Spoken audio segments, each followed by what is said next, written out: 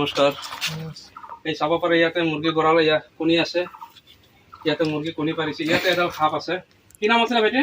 মোৰ হৰি ঘাটোৱাল। হৰি ঘাটোৱাল। হৰি ঘাটোৱালৰ ঘৰত এইয়া সাপ। এই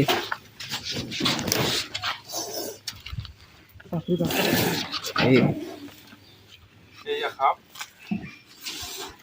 ভাই কি আৱাজ ওলাইছে না? হ'ব ঠিক আছে। আমি আছিলোঁ বৰ্তমানে সোণাইৰূপাই বন্যপ্ৰাণী অভয়াৰণ্যত আছিলোঁ। তাতে সাপ এৰিব গৈছিলোঁ আৰু তাৰ পৰাই ডাইৰেক্ট আহি আছোঁ এতিয়া।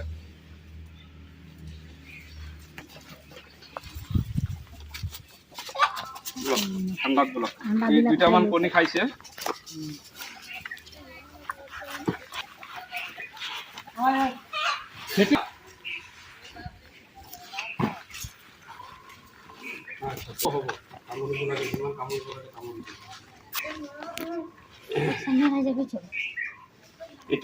মাত্ৰ আমি সাপে এৰি আহিলোঁ। ফেটি সাপে এৰি আহিলোঁ আৰু এৰোঁতে পালোঁ আকৌ ইয়াত সাপ আছে। এইটো চকুৰি ফেটি হয়।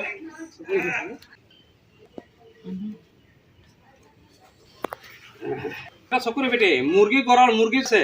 মুৰ্গী হাঁহ মুৰ্গী যদি আছে সদায় সাৱধান। এতিয়া গৰমৰ দিনত যে পুৱা দুপৰ আৰু সন্ধিয়া এই তিনিটা সময়ত হাঁহ মুৰ্গীৰ গঁৰালত এই ফেটি সাপ সোমাব।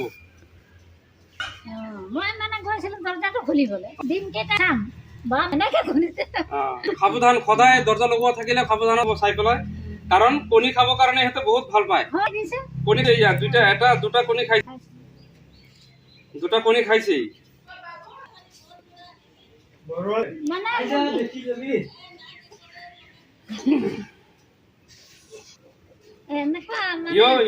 ভয় পাই গৈছে এতিয়া। ঠাণ্ডা হৈ আছে। এতিয়া ভয় পাই গৈছে। মুৰ্গী ডিমত বহিবলৈ উমনি লৈছে না মুৰ্গীটো। উমনি লৈছে ন? এতিয়া নাই তো খালি কণীটো ফুৰিব।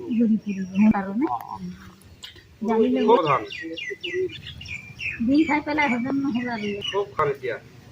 ঠিক আছে মাতাৰ কাৰণে ধন্যবাদ। ঠিক আছে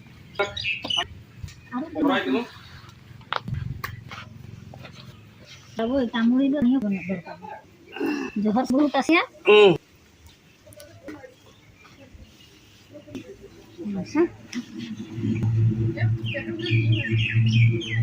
ইয়াক এতিয়া দিগদাৰি কৰিলে ডিমটো উলিয়াই দিব। হয় নেকি? ডিমটো থাকক পেটতে।